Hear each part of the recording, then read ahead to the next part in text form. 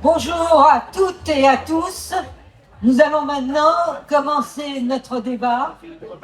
Et avant toute chose, je veux remercier la Fédération du Parti communiste, Nathalie Simonet, sa secrétaire départementale, qui nous accueille ici. Je veux aussi vous dire qu'avec mes amis de la coopérative des idées, animateurs et animatrices de la coopérative des idées, Bertrand Hamache, Damien Boussard, Pierre Gallois, Mamadou Tounkara, nous sommes, et Françoise Davis, Françoise, nous sommes ravis de vous accueillir pour cette réflexion commune. D'abord, on est à la fête de l'humanité, du journal de l'humanité, et l'idée du pluralisme, c'est pour nous une idée extrêmement importante. Et aujourd'hui, on va aborder le sujet brûlant des médias et de l'extrême droite. Alors que tout le monde, dans les médias, très souvent, s'acharne à dire que Marine Le Pen va être la prochaine présidente, nous, on veut combattre ces idées nauséabondes. Et on est là, je pense que c'est important, pour pouvoir agir, il faut d'abord comprendre et travailler. En 2017, nous avions commencé la première séance de la coopérative des idées avec une rencontre avec Cécile Alduy pour son livre « Marine Le Pen, prise au mot ». Puis nous avons à nouveau vu et Cécile Alduy pour la langue de Zemmour. Aujourd'hui, nous voulons contribuer à interroger la pénétration des idées d'extrême droite dans l'opinion et les médias. Nous avons décidé de mener ce combat et d'argumenter. Ce travail vient finalement ensuite de ce que nous avons entendu ce matin avec Sophie Binet et Fabien Gay. Et je pense que ceux qui étaient là et celles qui étaient là ce matin, c'est important qu'on puisse continuer. Alors, nous avons deux questions cet après-midi. Comment l'extrême droite a-t-elle réussi à infiltrer l'opinion et à banaliser les idées, à infiltrer les médias et à banaliser ces idées dans l'opinion? Comment pouvons-nous plus et mieux les combattre dans la diversité de nos engagements et de nos responsabilités? Alors, nous avons deux invités de marque, Edwy Plenel, qui nous fait le plaisir et l'honneur d'être avec nous cet après-midi, qui a plus de... Merci.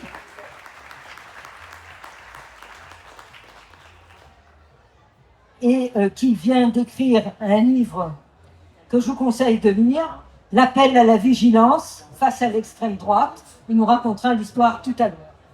Et puis Cédric Clairin, que nous connaissons bien en Seine-Saint-Denis, qui est maintenant rédacteur en chef de l'Humanité, et que je suis très heureuse d'accueillir aussi cet après-midi.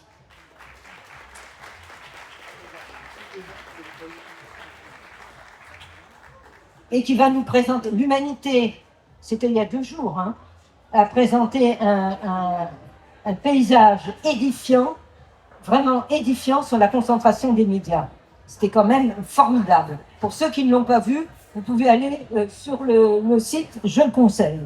Alors, Edwy Plenel, est-ce que vous voulez le premier un peu nous dire par rapport aux idées de l'extrême droite, le fil que vous avez tracé, qui est extrêmement important et qui ne remonte pas à hier, qui est un petit peu plus long, comment ces idées ont petit à petit infiltré les médias et l'opinion.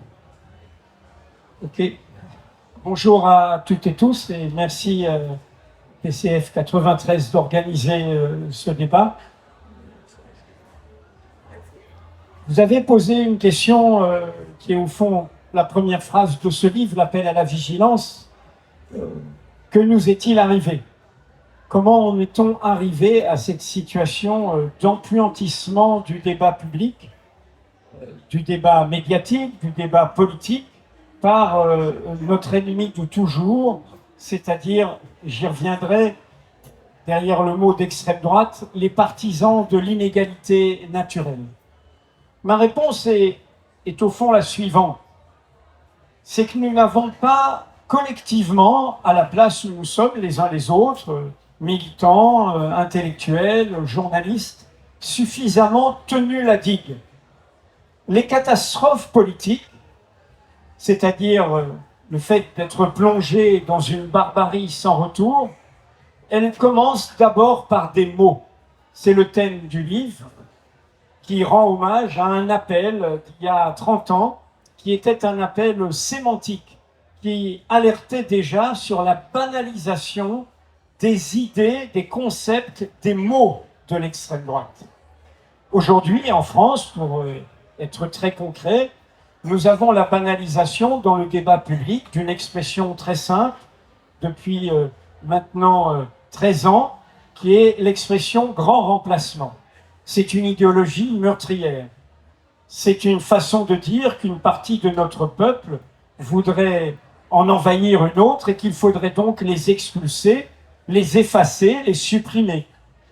Derrière ces mots simples, il y a potentiellement, à terme, sait-on jamais, un jour, la possibilité de crime.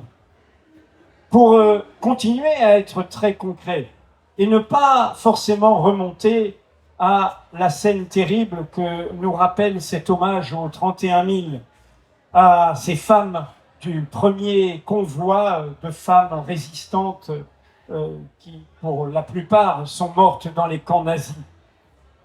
Au Rwanda, en Afrique, et de ce point de vue, l'origine ne protège de rien, les gens qui ont tué à coups de machette leurs voisins, près d'1 million de morts en 4 mois, voire leurs proches, avec l'idée que ce fantasme qu'il y aurait des Tutsis qui ne seraient pas des vrais Africains, des vrais hommes, et qu'il faudrait les supprimer, les effacer, eh bien, ces personnes n'étaient pas des monstres. Ces personnes allaient faire leurs travaux agricoles. Ces personnes ont tué parfois non seulement leurs voisins, leurs proches, leurs co-religionnaires dans une église, parfois avec un curé qui les a accompagnés. Eh bien, c'est arrivé par les mots. Ils n'étaient pas embrigadés, ils n'avaient pas d'uniforme. C'était des gens normaux. On ne naît pas barbare. Cette bascule dans la barbarie s'est faite par une propagande. Et je le rappelle notamment par la création d'un média de masse qui s'appelait Radio Mille Collines, qui passait de la très très bonne musique, qui avait des animateurs qui étaient des très très bons tchatcheurs, des Hanouna et des Pascal Pro, j'allais dire, de là-bas, et qui en même temps diffusait les pires idées. L'idée que Tutsi est un fantasme, c'est un cafard, c'est quelque chose qu'on doit éliminer. C'est, pour reprendre une phrase que vous avez trouvée dans un tract policier, ce sont des nuisibles. Quand vous voyez un magasin qui vous parle des nuisibles, c'est un magasin pour tuer les rats, tuer les cafards. Ce sont des mots. Ils se sont retrouvés dans le tract de syndicats de police, et y compris du syndicat qui appartient à l'UNSA. Et donc mon alerte, elle est celle-là. Il faut tenir la digue des mots, d'où l'exergue du livre qui est repris d'un grand résistant. C'était le chef de la résistance à Toulouse. Il est un des rares communistes avec le lieutenant-colonel Guingouin à être fait compagnon de la libération par De Gaulle. C'est Jean-Pierre Vernant qui fait un grand savant et qui dit « On ne discute pas recettes de cuisine avec des anthropophages ». Il y a des idées qu'on ne débat pas. Ces idées-là, on les combat en créant un rapport de force, en créant un imaginaire, en créant une dynamique. Alors quelles sont-elles? Et ce sera mon dernier mot d'introduction. Derrière ce mot extrême droite, pour moi, il n'y a pas que des réalités partisanes. Et nous le savons tous. La progression partisane électorale de l'extrême droite, elle vient de la radicalisation extrémiste du camp conservateur et des divisions du camp de l'émancipation. Il n'y a pas de fatalité. Le fascisme n'est pas naturel. Il vient quand le capitalisme se dit que c'est une solution de rechange et qu'il fait tomber ses apparences libérales, et quand le camp de l'émancipation, les gauches dans leur diversité, préfèrent se taper les unes sur les autres plutôt que de s'unir. C'est ce que l'histoire nous a appris, et ça se passe toujours comme ça. Alors c'est quoi cette extrême droite? Au-delà de sa forme politique, c'est quoi ce qui l'accompagne? C'est quoi ce qui fait qu'un peuple, le peuple allemand, qui était politisé, cultivé, développé, peut basculer, laisser faire, accompagner? Eh bien, c'est par l'habitude de notre ennemi de toujours. Et quand je dis tenir la digue, c'est défendre une idée très simple qui nous a fait ce que nous sommes. S'il y a un journal qui s'appelle l'Humanité, s'il y a un mot qui est le mot communisme, s'il y a eu des conquêtes démocratiques, des conquêtes sociales, des conquêtes pour les coloniser, des conquêtes pour les discriminer, des conquêtes pour les femmes et pour toutes les minorités, c'est au nom d'une proclamation fondatrice qui est l'égalité naturelle. Nous naissons libres et égaux en droit, nous le demeurons, quelle que soit notre origine, quelle que soit notre apparence, quelle que soit notre condition, quelle que soit notre croyance, quel que soit notre sexe, quel que soit notre genre. Notre ennemi radical, qu'il faut tenir à la marge, qui existera toujours, mais qu'il faut laisser dans des petits libelles, avec des postures aristocratiques, intellectuelles, c'est les gens qui pensent que nous naissons inégaux, que les hommes sont naturellement supérieurs aux femmes, qu'une apparence de peau est supérieure à une autre, qu'une civilisation est naturellement supérieure à une autre. L'idéologie de l'inégalité naturelle, c'est en la niant, en la refusant, en condamnant cette idéologie du privilège, que nous avons entamé le chemin de l'émancipation. Aujourd'hui, c'est elle qui fait retour devant nous partout.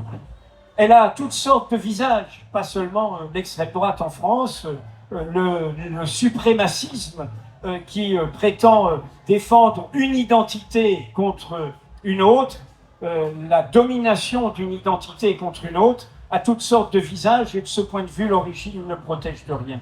Donc mon propos, et qui concerne nos débats d'aujourd'hui, et que nous rappelle la mémoire de ces martyrs, c'est que comment l'idéologie de l'inégalité naturelle, elle s'infiltre. On ne va pas dire défendons le fait que nous soyons supérieurs. Non, on va dire, et on va semer le poison de l'identité. L'idée que notre identité est menacée, que nous devons nous replier sur notre identité. Et c'est en commençant par ce poison de l'identité qu'on commence à dire, eh bien, il y a une identité qu'il faut défendre. Vous connaissez ça, ça s'appelle la préférence nationale, la priorité nationale. Et c'est comme ça que se fait la brèche qui met en cause l'égalité des droits. Ah, je suis né par hasard ici, j'ai le passeport d'ici, j'ai des droits que les autres ne doivent pas avoir.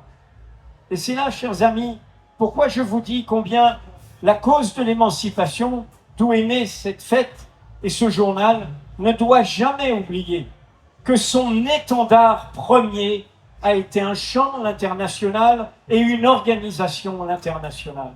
La cause des dominés est sans frontières. Elle n'a pas de patrie, elle n'a pas de nation, elle n'a pas d'identité. C'est ça notre point de départ. C'est ça qui nous a fait ce que nous sommes. Bien sûr que cela peut épouser par moments la cause de la défense contre une agression, contre une colonisation, contre un impérialisme. C'est pour ça que la question de la solidarité avec l'autre, celui qui vient d'ailleurs, celui qui n'est pas comme nous, celui qui est différent, celui qui n'a pas notre origine, notre culture, notre religion, est une question décisive. Si l'on ne tient pas la digue là-dessus, on met la brèche dans laquelle nos ennemis de toujours s'engouffrent. Et depuis 30 ans, y compris à gauche, c'est cette digue qui n'a pas été tenue, et c'est bien pourquoi ils ont progressé au nom, vous le savez très bien, d'un bouc émissaire du moment, d'une stigmatisation du moment. Cela s'appelle aujourd'hui l'islam, les musulmans, mais nous le savons tous, derrière cette stigmatisation d'une catégorie, ce sont des poupées gigolles. Et derrière, tout s'engouffre. L'antisémitisme revient, la négrophobie est là, la haine de l'étranger, du migrant est là. C'est pour ça que, pour moi, le camp de l'émancipation ne doit jamais transiger sur ces questions au fond, d'humanité, d'internationalisme, des mots qui sont les nôtres, de communisme aussi. Le commun n'a pas de frontières, n'a pas de passeport, il appartient à toute l'humanité. Merci.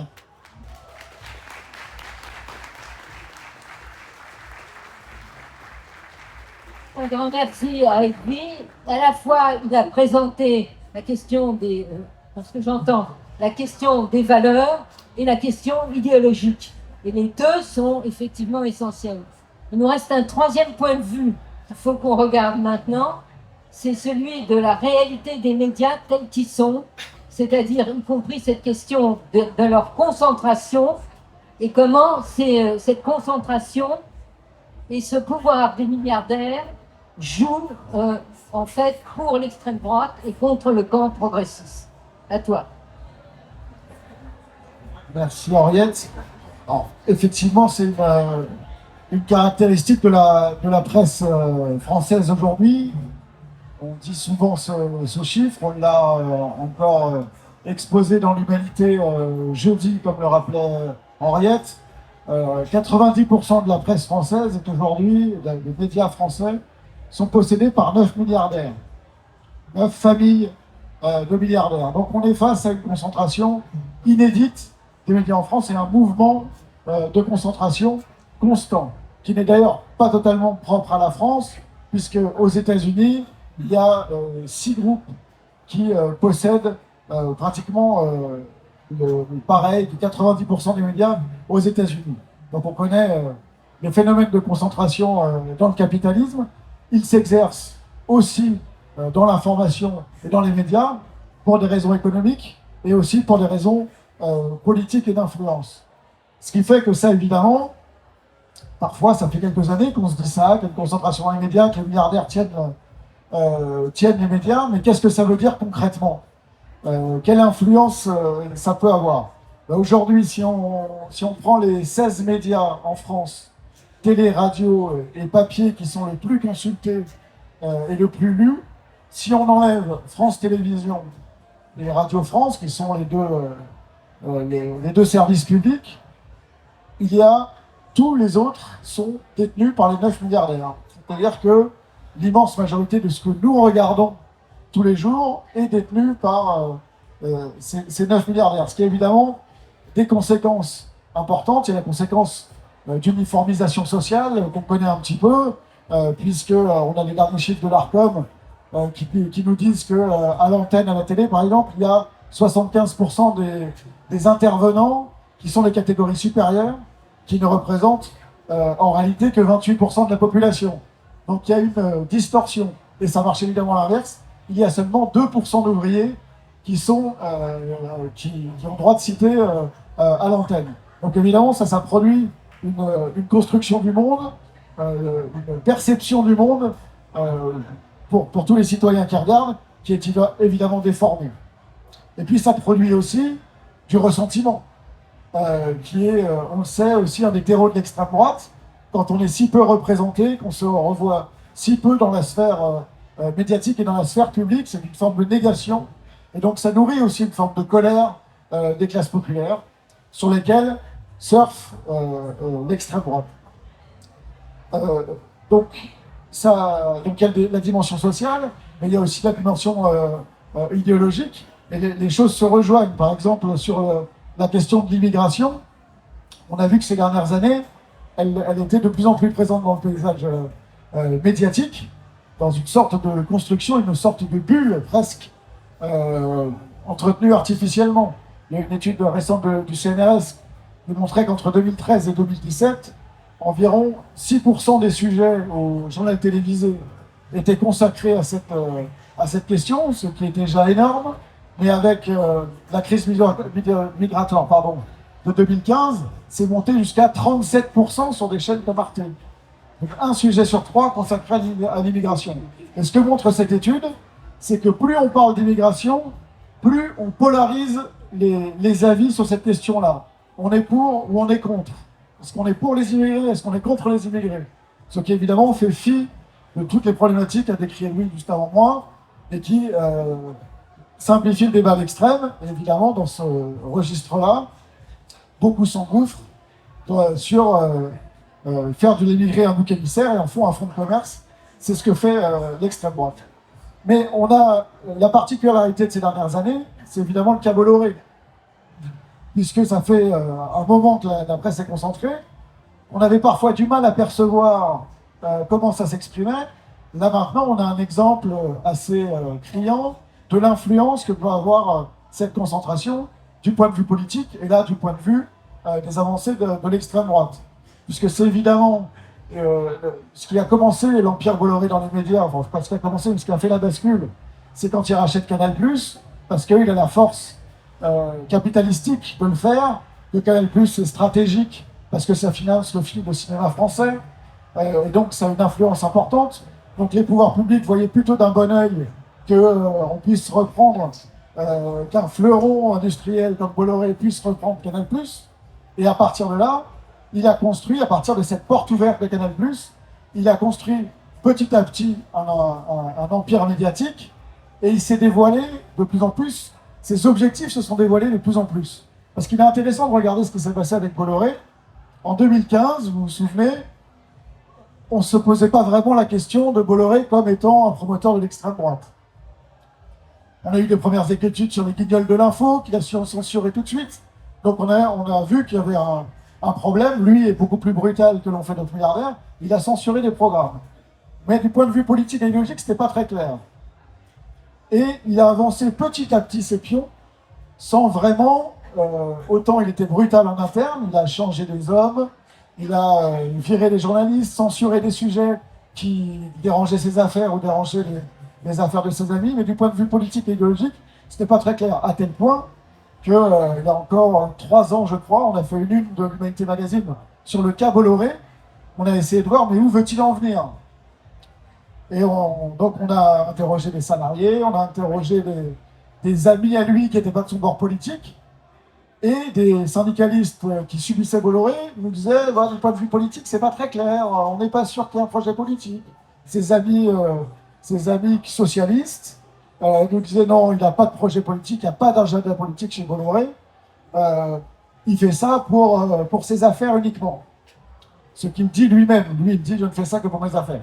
Évidemment, depuis, on a payé pour apprendre qu'il y avait un agenda politique beaucoup plus clair que ce qu'on pouvait imaginer, puisque, évidemment, CNews, notamment, a été la rampe de lancement du candidat Éric Zemmour dans quelque chose d'assez inédit, une chaîne de télé qui promeut tous les soirs, pendant une heure, un personnage public pour lui permettre d'être en position de se présenter à la présidentielle et de faire avancer des idées.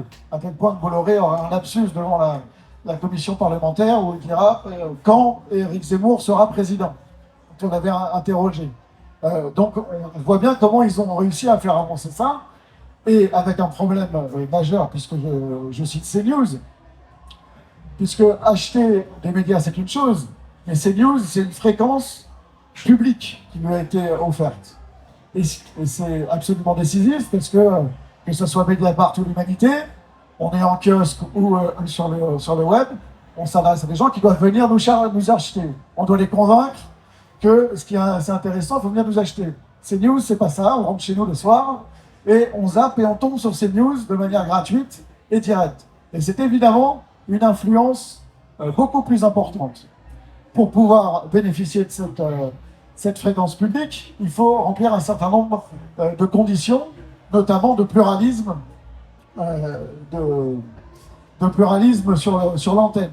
Ce que CNews ne respecte absolument pas. Une enquête de Libé, d'ailleurs, il y a 2 ans, je crois, il y a quelques mois, avait montré qu'en 2021, pour remplir ces conditions, CNews faisait parler d'extrême droite toute la journée, et il mettait en marche le gouvernement et une partie de la gauche entre minuit et 6 heures du matin, ce qui faisait que sur 24 heures, il arrivait à l'ARCOM, regardez, j'ai fait parler tout le monde, donc il y a une égalité de temps de parole. Or, depuis qu'il a pris CNews, ces dernières années, l'audience de l'extrême droite sur cette chaîne-là a augmenté de 20%.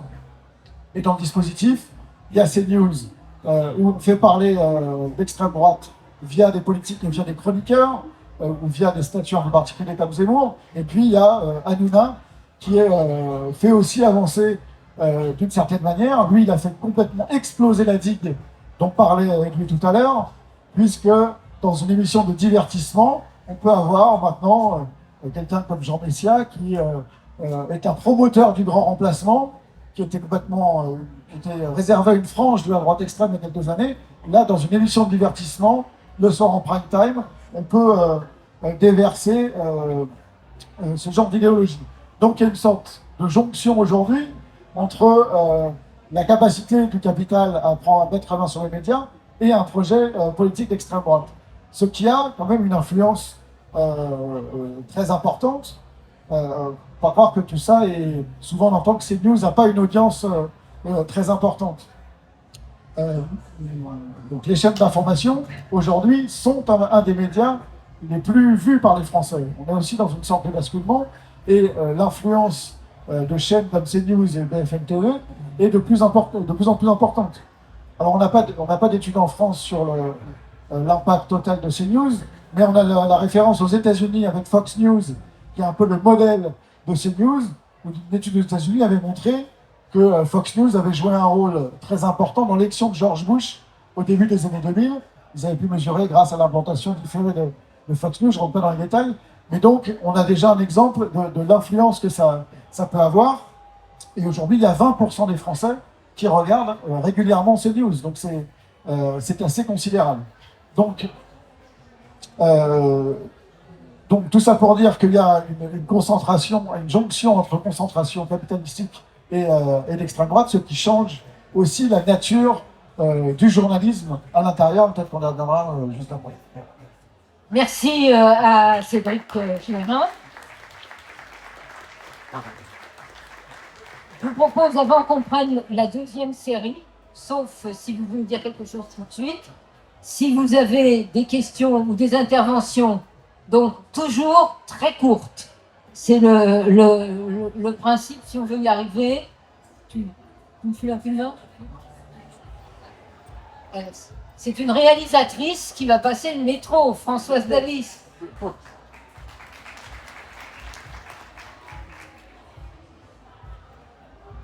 Bonjour, alors moi la question de l'extrême droite et des médias me concerne partie. Comme ça ? Ouais. Comme ça ? Ok, parfait. Alors la question de l'extrême droite et des médias me concerne particulièrement parce que je suis étudiant en deuxième année de journalisme et je pige pour SoFoot. Mais j'ai une question, M. Plenel. Vous avez cité un militant communiste résistant de Toulouse dont le nom m'a échappé malheureusement. Je vais grossir les traits de ce qu'il disait. On ne débat pas avec l'ennemi qui est l'extrême droite. J'avais eu ce débat-là en cours l'année dernière à l'école supérieure de journalisme de Lille, où en fait on nous avait présenté une vidéo d'appel aux dons pour Valeurs Actuelles, et le professeur Monsieur Poiblot nous avait dit maintenant qui est pour interdire ce journal et qui est pour le continuer. Et bon, j'avais forcément voté pour interdire le journal, et puis finalement en fait il y avait un débat pendant 1h30 où le prof nous avait présenté que finalement il fallait laisser Valeurs Actuelles, mais les combattre et faire gagner nos idées en les confrontant sur leurs idéologies racistes et totalement antisociales. Merci. On reprend quelques questions.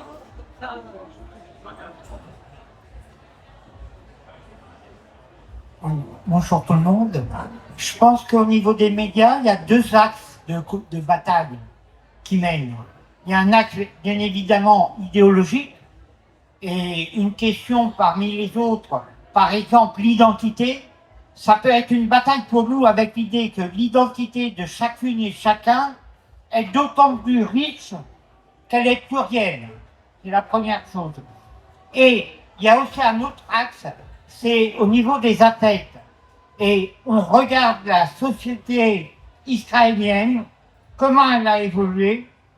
Et il y a une sociologue, c'est Elia Illouz, qui a fait un bouquin. Et en fait, ils se sont appuyés sur les affects de haine, de racisme, de supériorité par rapport aux Arabes, etc.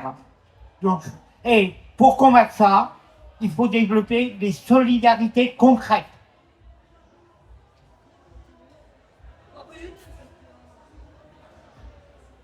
Bonjour, merci. Moi, je voulais juste dire, je suis étudiant et il y a mon professeur de sociologie qui a fait tout un travail sur la campagne d'Éric Zemmour, notamment via CNews, donc c'est Philippe Riutor.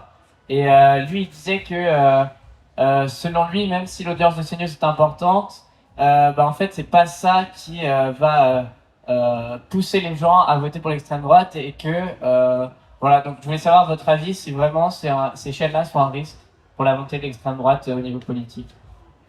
Oui. Il y a encore un Damien. Merci, je vais faire très très court. Il faut aussi penser les médias à l'extrême droite de l'auditoire.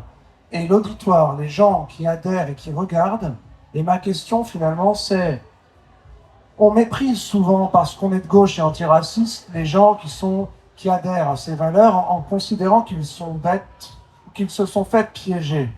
Or, je crois que là aussi, dans notre combat contre l'extrême droite, il y a quelque chose à revoir. Ils ne sont pas bêtes. Je crois qu'ils ont un rapport très pragmatique à qu'est-ce qui est le plus crédible. Et comment fait-on pour que dans cette grande différence entre... Il y a ceux qui vont dire il faut qu'on partage, et il y a ceux qui vont dire il faut discriminer pour garder un niveau de vie acceptable, il va falloir discriminer. Et bien, comment on fait pour que dans les médias, ce soit plus crédible de dire l'avenir est au partage plutôt que de considérer que l'avenir est à la discrimination. Merci. Donc, on a pas mal de questions en fait, sur lesquelles vous allez répondre tout de suite. Merci quand même d'être intervenu parce que la coopérative des idées, c'est quand même la rencontre des experts du quotidien, nous, et puis des experts pour travailler un certain nombre de sujets. Alors, Edwy Plenel et Cédric Clairin.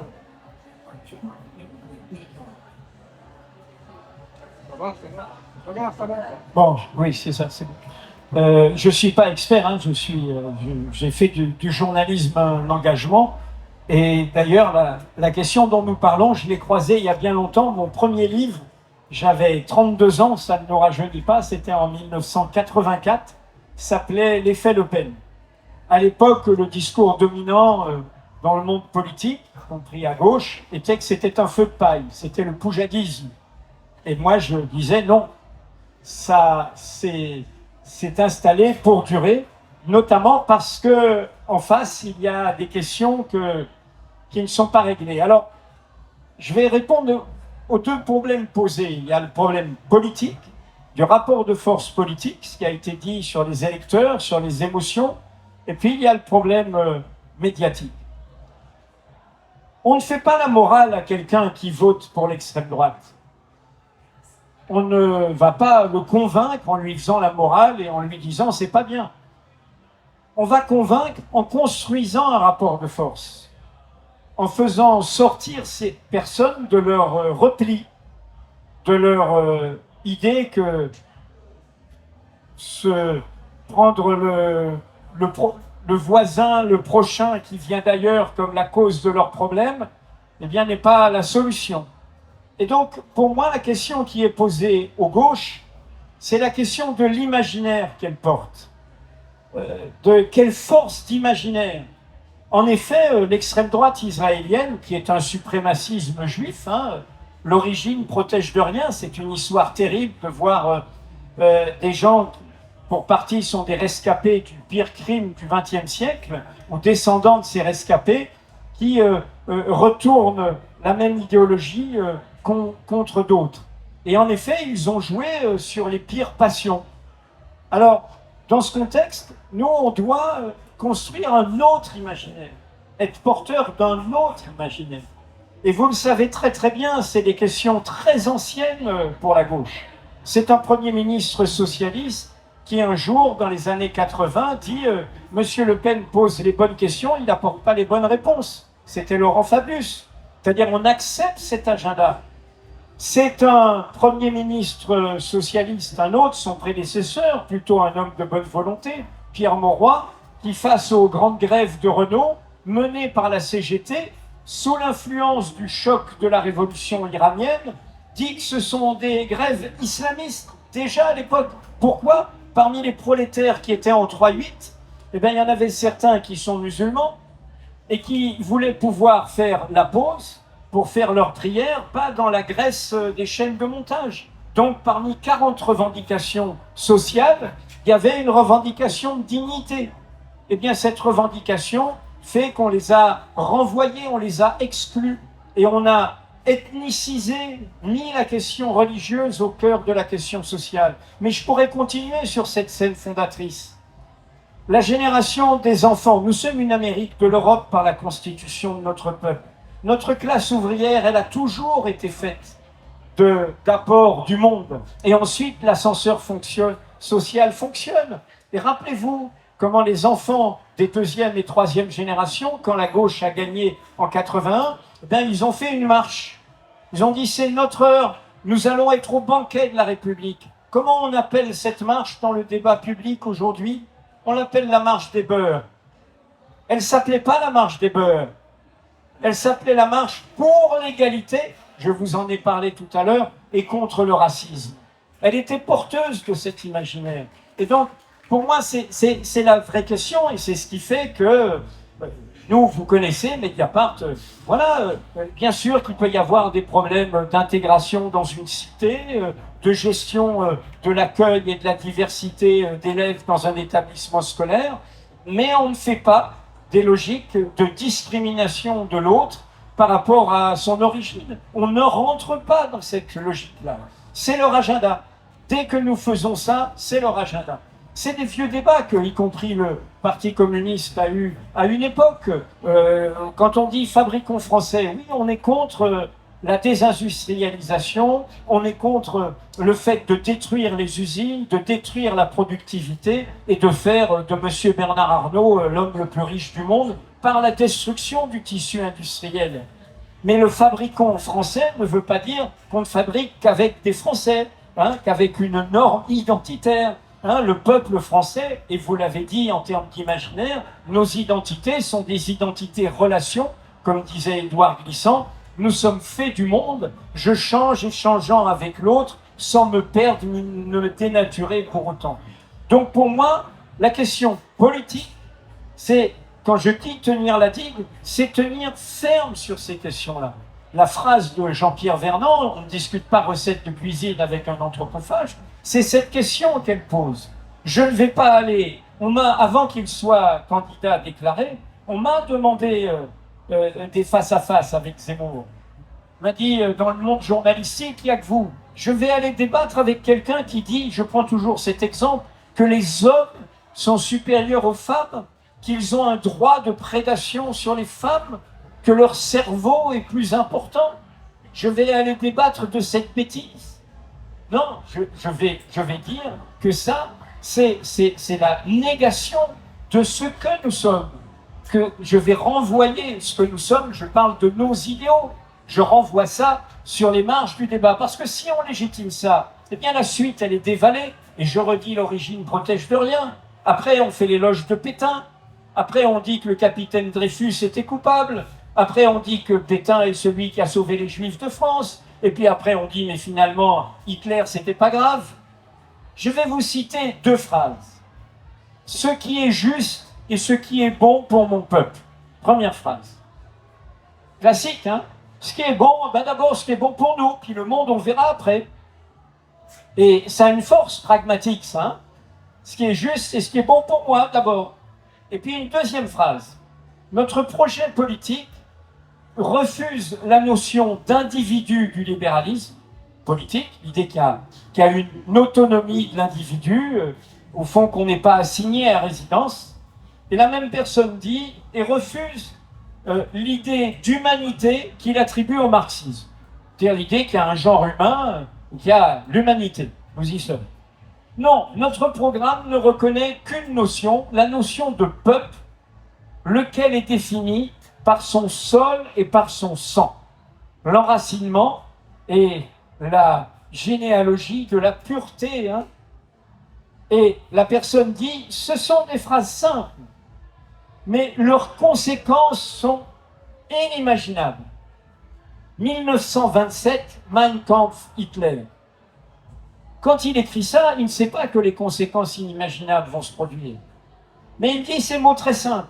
Or, ces mots très simples, hélas, aujourd'hui, vous les entendez partout dans notre débat, pas seulement en France. Cette idée, voilà, il n'y a pas de droit supérieur à celui de la nation, à celui du peuple.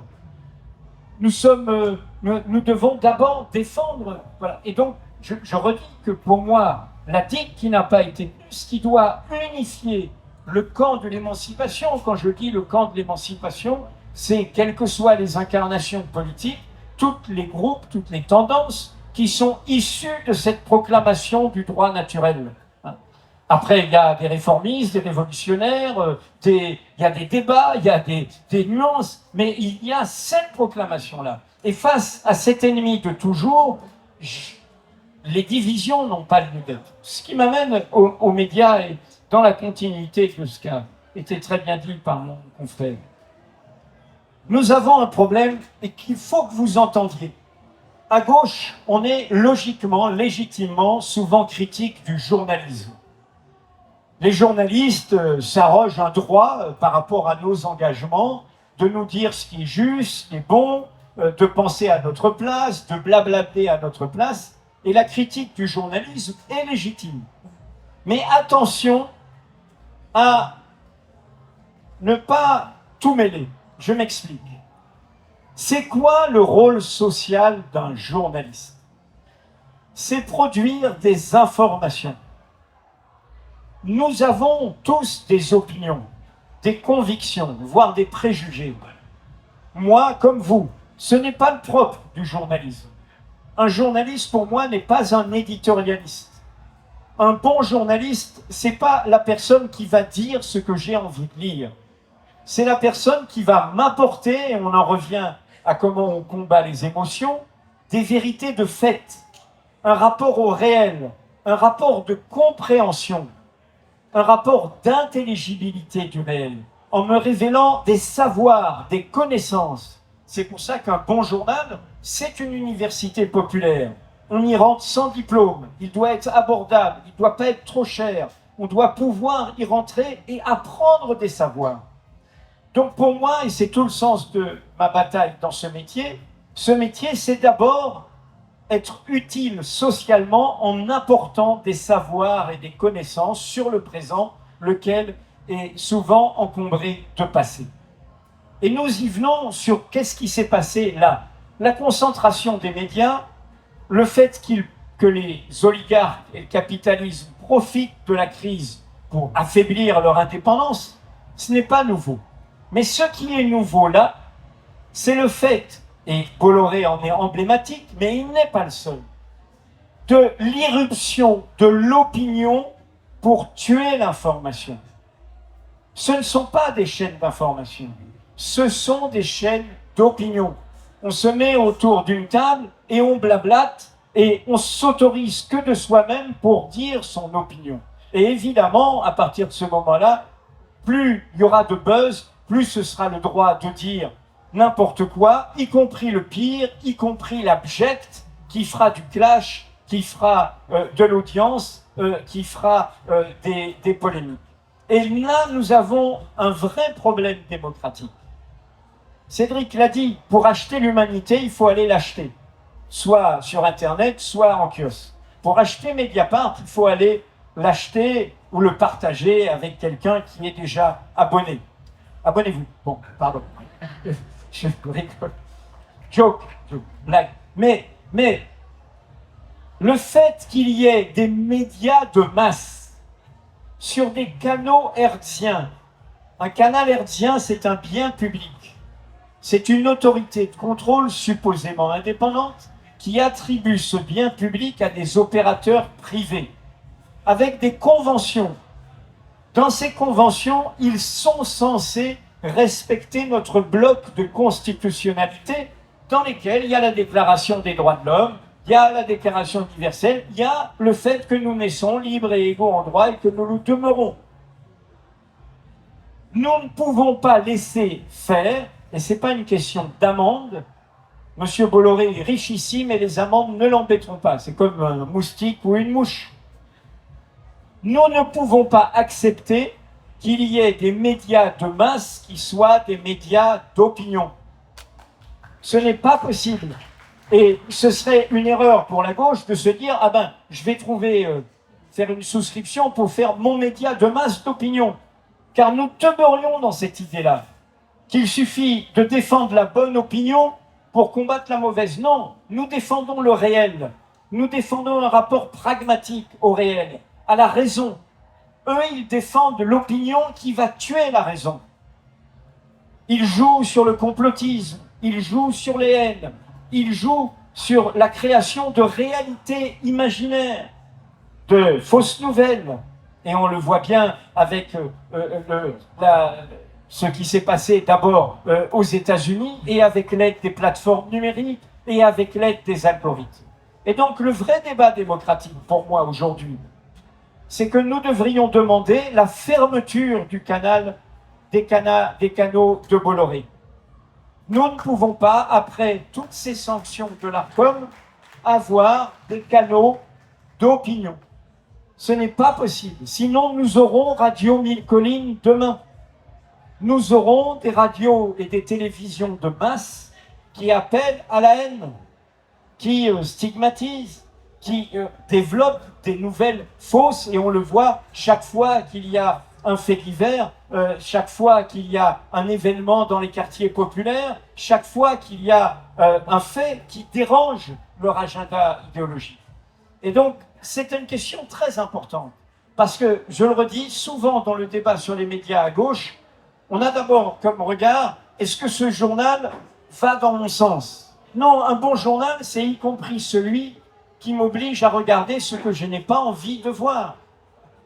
C'est à penser contre nous-mêmes. Vous savez, c'est une très vieille histoire. Je vais faire un clin d'œil à ceux qui me caricaturent en rigolant. Hein.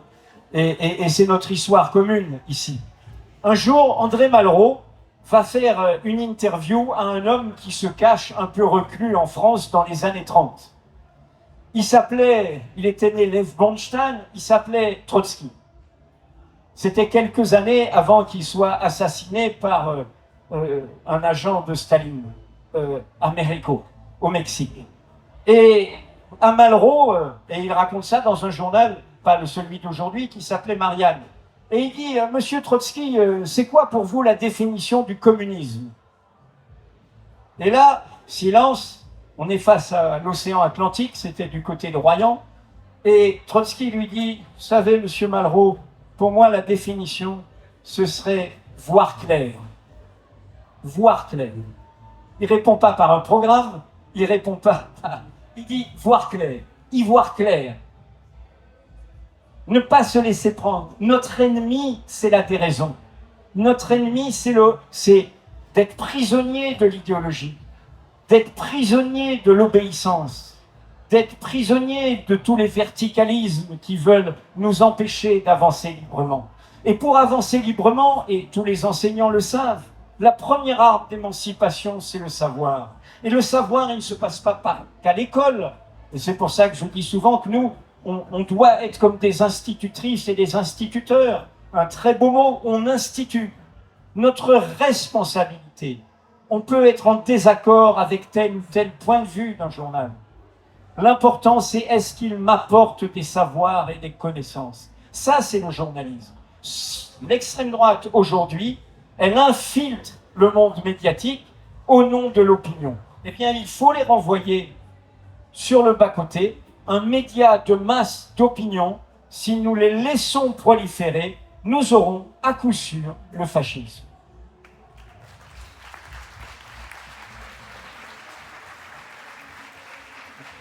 Là, je retiens, dans ce que vous venez de dire, il y a beaucoup de choses, je retiens quelques éléments. D'abord, la notion de digue. Celle-là, elle me paraît extrêmement importante. Et puis, cette idée que ce qui est média d'opinion tenu par Bolloré ou d'autres, voilà, de masse, c'est vraiment quelque chose qu'il conviendrait d'interdire parce que ce sont... Je précise ma pensée, je précise juste, Évidemment, je parle, il y a des médias d'opinion qu'on peut acheter. Voilà, et je ne Évidemment. demande pas leur interdiction. Je dis juste, encore une fois, un média de masse, c'est une chaîne hertzienne, elle est en accès libre. Je branche ma télé, je tombe dessus, ou ma radio, je tombe dessus. Eh bien ça, c'est un bien public, ça ne peut pas être confié à une gestion par l'opinion, avec des sanctions momentanées le jour où ça franchit une ligne rouge. Ce qui me paraît important dans ce que vous avez dit, c'est le mot information, rapport à la réalité, j'ai envie de dire y compris un imaginaire de toute façon, et donc ça c'est des points importants, et construire, comprendre. Il y a des enseignants parmi nous, et juste un petit mot, parce que je pense qu'il y a une petite question sur la question de l'égalité. Évidemment, ça pose, et c'est un autre débat, la question de la laïcité, une laïcité qui permet justement que chaque enfant puisse s'épanouir à l'école. Et donc ça, c'est un autre débat qu'il faudra qu'on ait, parce qu'on ne peut pas se contenter d'à peu près sur ce genre de débat aussi. Et je voudrais entendre maintenant, évidemment, Cédric Clairin, parce que, naturellement, les médias d'opinion ont leur place, mais en même temps, c'est la question du sérieux de ces médias, et l'humanité est quand même un exemple très singulier à l'intérieur de la presse française. Est-ce que vous pouvez nous dire votre manière de concevoir, vous êtes rédacteur en chef de journal, pas depuis si longtemps que ça, de nous dire votre conception par rapport à cette question de l'opinion, de l'information et d'aider à comprendre le réel. Oui, je veux dire, je vais commencer par répondre à la question de tout à l'heure qui me paraît essentielle. Si j'ai bien compris, c'est à l'université, le professeur vous a dit que finalement CNews, c'était pas si grave.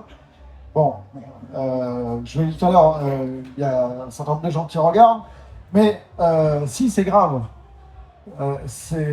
Et ça influence évidemment le débat politique et le débat public de manière très importante, parce que, bon, là on a focalisé sur ce sujet, je ne vais pas être trop long tout à l'heure, mais d'abord, la concentration. Bolloré, c'est pas CNews, c'est CNews télé sur Canal hertzien. C'est C8 dans un autre registre. C'est Canal+, auquel un certain nombre de gens sont abonnés, comme je le disais, avec un rôle dans le financement du cinéma. C'est Europe 1 pour la radio, pareil, Canal hertzien sur la radio. Donc, c'est une myriade qui fait que le pouvoir de diffusion d'opinion, pour le coup, est très important et considérable, et le pouvoir de résistance. Parce qu'une des questions, je vous l'en dirai tout à l'heure, et Louis l'a très bien dit, une des grandes questions qui nous est posée en termes de bataille politique dans les prochains mois, c'est la question de la reconduction des chaînes Bolloré qui arrivent à terme. Là, on arrive à terme, ils vont devoir repasser dans la commission pour qu'on leur réattribue notamment CNews. Donc ça, c'est une des grosses batailles politiques qu'il faut mener, parce que ils ont une capacité de défense très importante, une capacité de diffusion d'opinion, une capacité de défense. Quand la ministre de la Culture a commencé à poser cette question-là, qu'il allait bientôt y avoir le renouvellement et qu'il faudra peut-être, qu'il n'était pas une évidence qu'on continue à donner le canal hertzien à Bolloré, il y a eu immédiatement sur CNews 24 émissions en 48 heures sur ce thème-là, un édito dans Paris Match qui était la tentation totalitaire, me semble-t-il, Paris Match qui est un des plus grands magazines les plus lus, et des émissions à la radio, etc. Donc il y a tout un dispositif médiatique qui s'est mis en branle dans le groupe Bolloré pour empêcher absolument ça. Depuis, on n'en a plus entendu parler. Le débat devrait monter dans cette année 2023 là-dessus, et même la ministre a du mal à le mettre sur la place publique, parce qu'ils sont capables de se défendre. Mais ils sont capables aussi d'influer fortement, parce que je le disais tout à l'heure, je citais l'étude du CNRS, une des grandes questions qui est mise dans le débat public, c'est la question de l'immigration.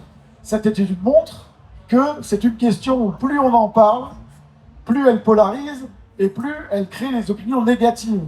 Et que un média, si CNews se mettait à dire l'immigration c'est formidable, ça aurait moins d'impact que dire tout est de la faute des immigrés. Ils ont mesuré, les chercheurs du CNRS, que les opinions négatives sur l'immigration avaient plus d'impact dans l'opinion et après sur les votes. Donc oui, ça a un impact. Et c'est pour ça qu'ils en font tellement, parce que c'est rentable. La question de l'immigration est rentable dans le débat public. Je reprends ce que disait Damien, il y a aussi une simplicité, ça répond à des questions aussi. Hein. Il y a beaucoup de problèmes sociaux, c'est quand même une réponse simple qui est apportée et ça avance. Donc il y a un pouvoir qui est réel, d'opinion qui est réel et qui est, pour prolonger ce que disait Louis, il y a une transformation de l'information, une disparition de l'information et qui fait la jonction d'ailleurs entre le projet économique et le projet politique.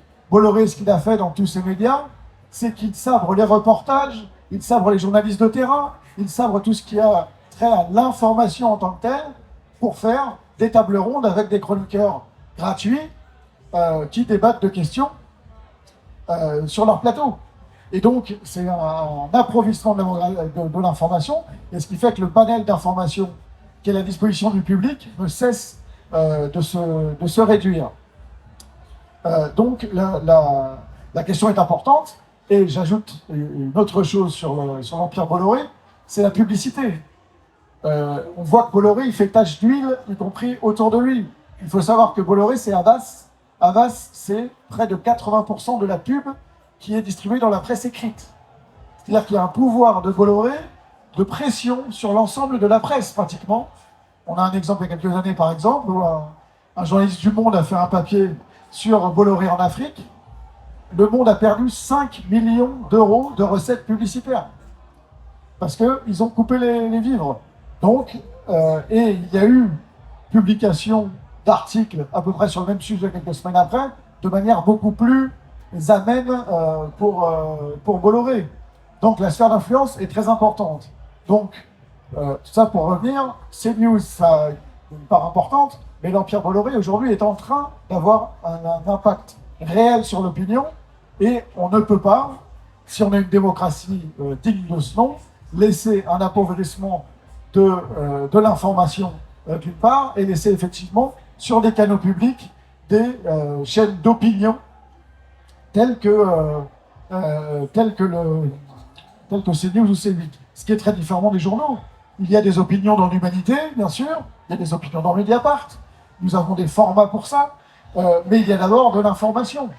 Quand sur la question de l'immigration, par exemple, nous, je prends celle-là parce que je pense qu'elle est au centre un petit peu du débat, nous on va raconter la réalité des parcours de migration, le pourquoi, voir les gens, pourquoi est-ce qu'ils viennent ici, quels sont leurs parcours de vie, comment la société les accueille, qu'est-ce qu'ils rencontrent, quelles sont leurs valeurs, on raconte et donc on informe sur la réalité de la vie, pas sur des débats éthérés comme on peut le voir sur ces médias-là. Donc une de nos spécificités, c'est de travailler aussi sur le monde du travail. On a sorti plusieurs scandales sur les sans-papiers à Sépure notamment, qui nous a valu d'être attaqués en justice par Sépure. D'ailleurs, on a gagné. Et qui fait qu'on montre une réalité sociale et on informe aussi sur la réalité de comment l'immigration est traitée dans le monde du travail, comment aussi le système capitaliste dans les entreprises exploite la main-d'œuvre, donc là, via les immigrés, même si ce n'est pas toujours des immigrés. Donc là, c'est de l'information. Et ça touche une autre question qu'on aura juste le temps d'effleurer aujourd'hui, c'est la démocratisation des médias, parce que la concentration des médias, ça fait que, oui, on va... c'est la concentration des médias. Aujourd'hui, on a un problème de liberté d'information. La liberté de la presse, elle est menacée aujourd'hui. Parce que le logiciel du gouvernement, c'est le marché. Et le marché, ça veut dire, c'est Bolloré et l'Empire que je viens de vous décrire, contre l'humanité qui n'a que ses lecteurs, ou Mediapart, qui n'ont que leurs lecteurs pour leur permettre de vivre. Et le combat est évidemment inégal. Ce que je disais sur Sépure, mais on pourrait le dire pour Mediapart d'ailleurs, sur l'affaire Sarkozy-Kadhafi par exemple. Est-ce que vous avez vu quelque part un média, un journal ouvrir, un grand média ouvrir là-dessus? Non. Est-ce que quelqu'un a repris nos informations sur Sécure? Non plus. Donc s'il n'y avait pas ces médias-là, on ne le saurait pas. Sauf qu'aujourd'hui, ces médias sont aujourd'hui en danger.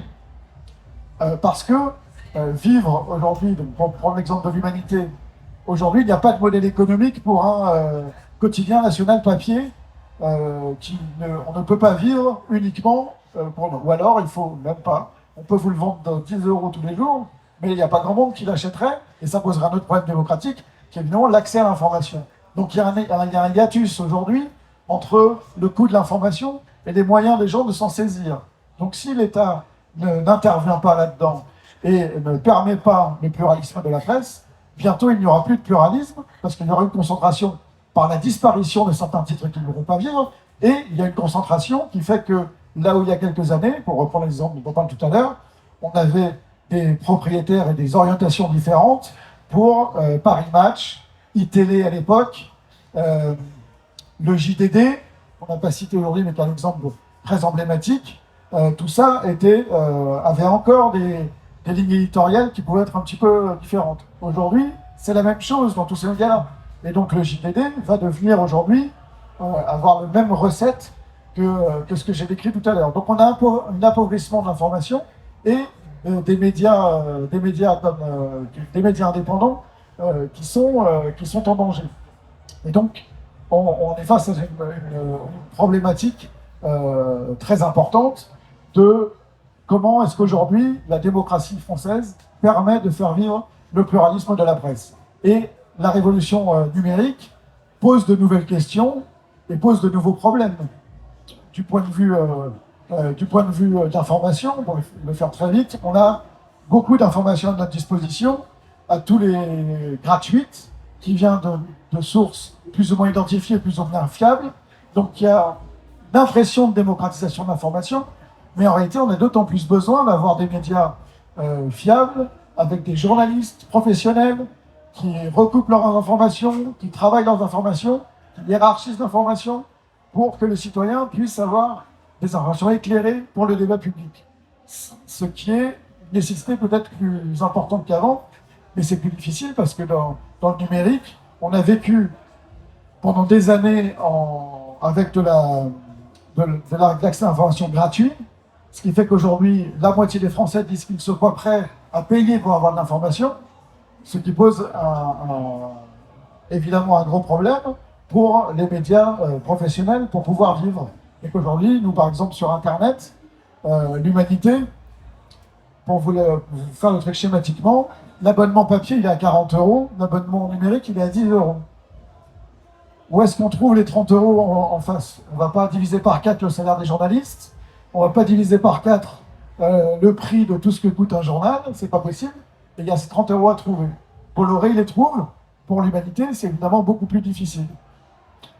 Et on ne peut pas se diversifier autant que peuvent le faire les grands groupes. Donc il y a un problème démocratique qui devra être posé dans les états généraux de la presse qu'a lancé Emmanuel Macron, qu'a annoncé le président, dont aujourd'hui on peut craindre que ce soit une fuite en avant dans la marchandisation de l'information et dans l'extension du marché, mais qu'il faut qu'au contraire, ça puisse être une porte d'entrée pour la démocratisation de la presse, ce qui permettra de rééquilibrer aussi les choses face aux empires médiatiques qui se créent et qui aujourd'hui, pour partie, se mettent au service de l'idéologie d'extrême droite. Voilà, je vais juste faire un dernier petit mot sur les conséquences politiques.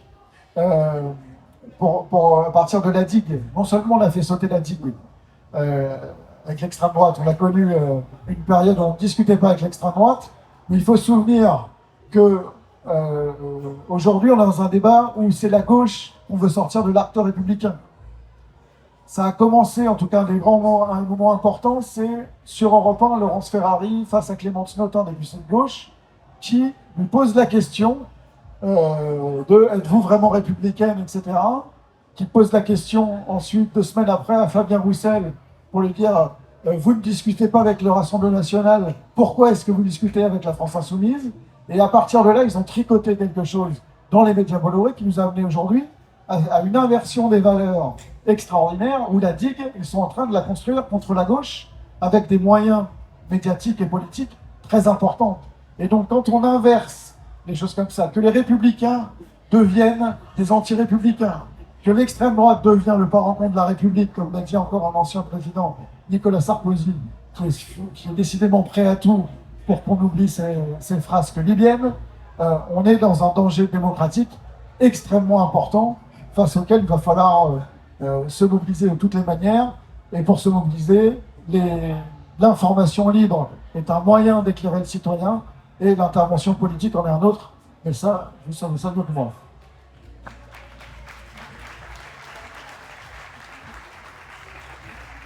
On va aller vers la fin de ce débat. Peut-être une réaction pour ce qui me concerne. Je pense qu'effectivement, on a éclairé le sujet des batailles à mener. Et c'est là-dessus que j'aimerais vous entendre encore quelques mots, pas trop longs, parce que ça va être là. Donc, une intervention est devant. Évidemment, il a le droit, il a priorité. Et ensuite, Edwy Plenel va répondre.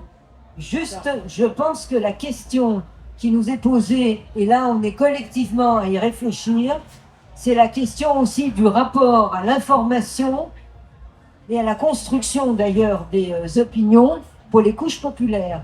C'est vraiment ça la grande question, parce qu'on sait bien que pour les grands médias, il y a des gens qui vont avoir accès à d'autres moyens d'information, mais pour les couches populaires, le sujet est extrêmement sérieux. Est-ce que vous pouvez vous rapprocher un instant que je vous donne un micro? Merci beaucoup. Monsieur Plenel, vous avez ouvert en disant que le fascisme n'était pas naturel. Et je vous répondrai en disant que la reproduction des discriminations, moi je pense qu'elle est tout à fait naturelle. Et moi-même qui suis de gauche, je remarque que j'ai des relents, des réflexes nationalistes, chauvins et parfois limite racistes.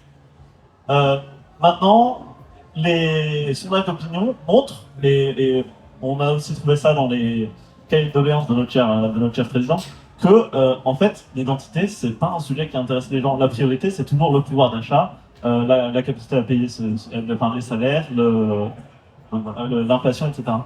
Et donc, ma question, elle est très courte. Est-ce que finalement, l'imposture de l'extrême droite, c'est pas de faire croire que le national-socialiste est social?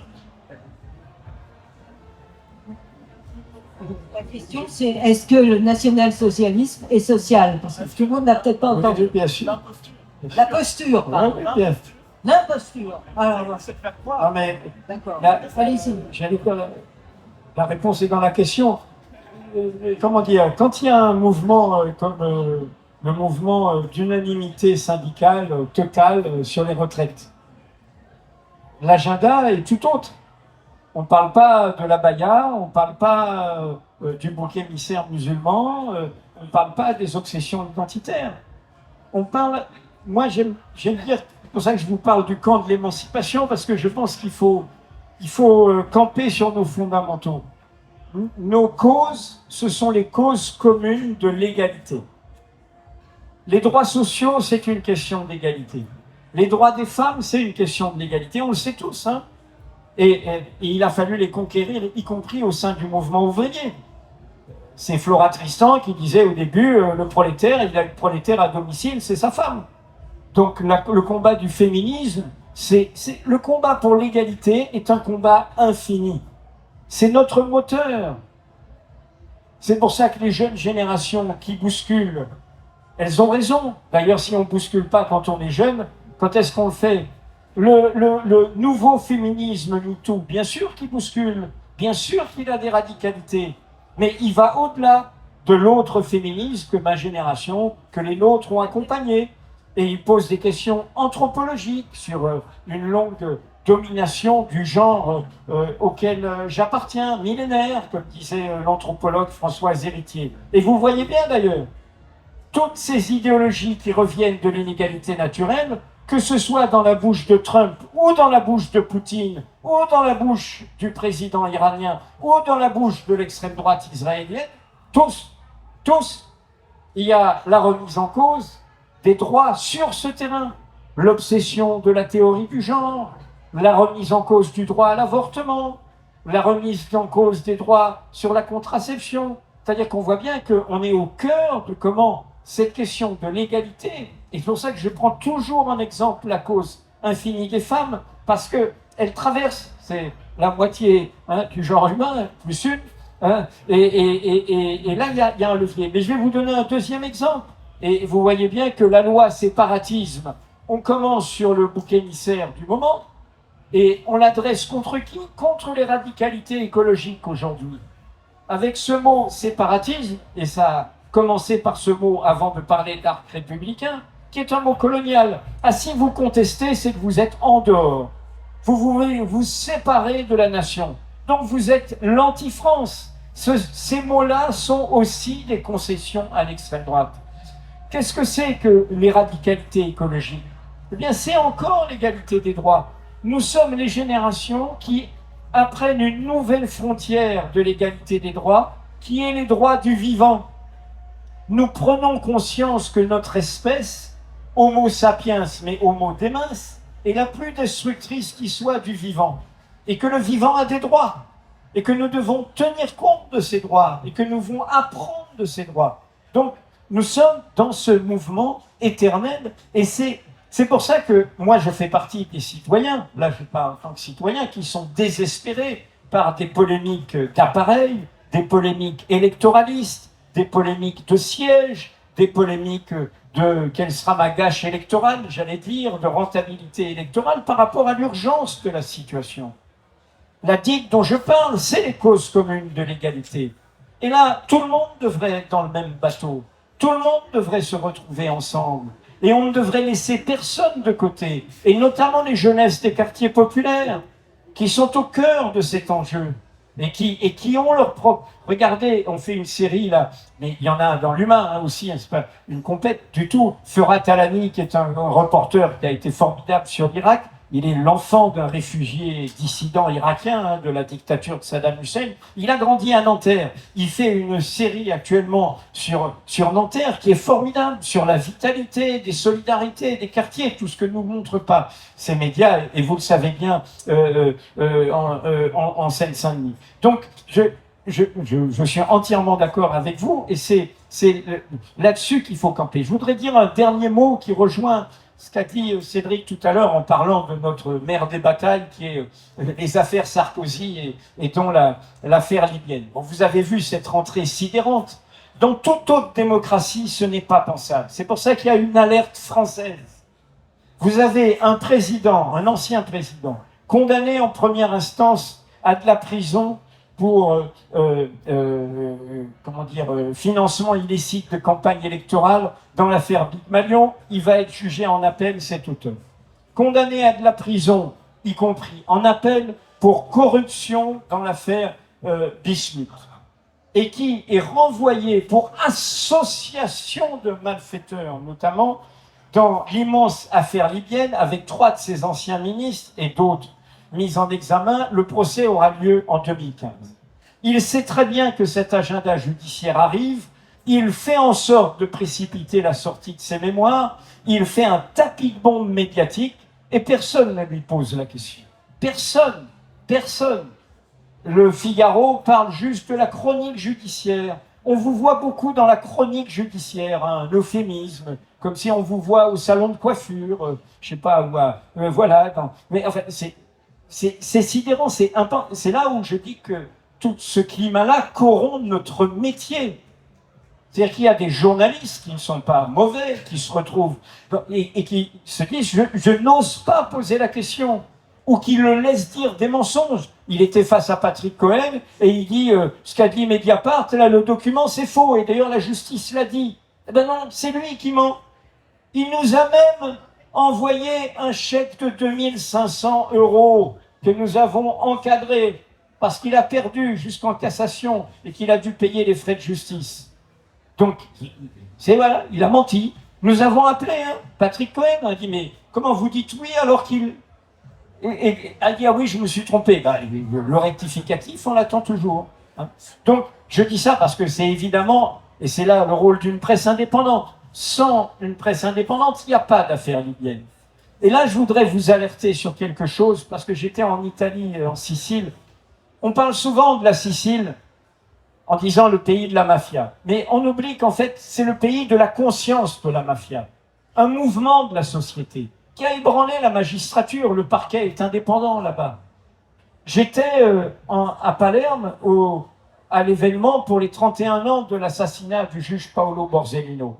Il y avait plein de monde, il y avait un meeting, mobilisation. La question de la corruption, la question mafieuse est un sujet politique là-bas. Quand nous parlons d'association de malfaiteurs, et les juges le disent dans l'ordonnance de renvoi de Sarkozy, c'est la même chose que association mafieuse dans le code pénal italien. C'est quoi la mafia? C'est l'obsession du pouvoir, l'obsession de l'argent et le secret comme garantie de tout ça. Et c'est pour ça que la mafia, c'est pas que des tueurs d'en bas, ça monte jusqu'en haut. Toutes les personnes dont nous parlons, y compris M. Bolloré, ils se retirent de l'Afrique après des condamnations pour corruption de président. Pour corruption de président africain. Et avec des procédures bâillons contre la presse qui le révèlent. Le pouvoir, l'argent, le secret. Donc, nous sommes au cœur d'une question. Et c'est aussi un autre sujet qui me désespère depuis le temps que je fais de manière indépendante l'apporteur de mauvaises nouvelles. La question de la probité en politique est une question politique. Et on ne peut pas se réclamer de la cause de l'égalité, de la cause de l'émancipation, sans être animé aussi par une exigence morale, une exigence de tenue, une exigence de propreté publique, d'honnêteté publique. C'est un problème qu'en France, ces questions immenses de la corruption que nous chroniquons ne soient pas repris comme un sujet politique par les forces de gauche. Je l'ai dit, l'origine ne protège de rien. Donc quand il y a un manque à la probité, on doit en tirer les conséquences. Ça ne disqualifie pas les causes, ni les partis, ni les mouvements. Mais ces questions, on doit les affronter et on doit les politiser. L'Italie, c'est un paradoxe. Elle a un Premier ministre d'extrême droite, mais elle n'a pas le système présidentiel qui capte tout, et elle a une société civile sur ces questions autrement mobilisée. Et donc, je mets ça aussi au pot. L'imaginaire, le peuple qui est en colère, il dit tous pourris. Ça peut être du ressentiment, ça peut aller vers l'extrême droite. À nous de politiser ces colères. Et politiser ces colères, c'est retrouver aussi cette façon de se tenir droit et de défendre une politique de la dignité, de l'honnêteté, de la probité. Pour moi, c'est essentiel.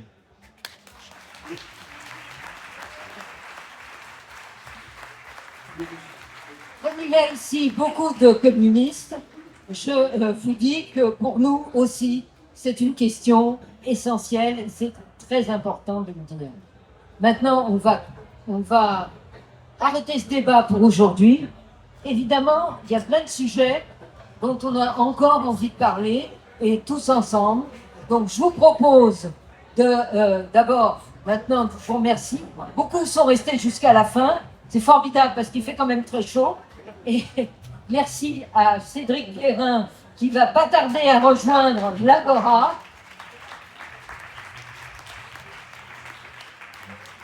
Et merci pour l'argumentation.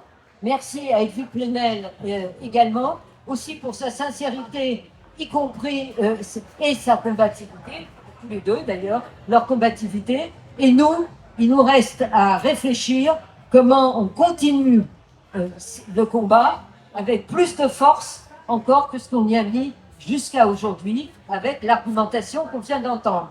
Merci à toutes et à tous, et à bientôt.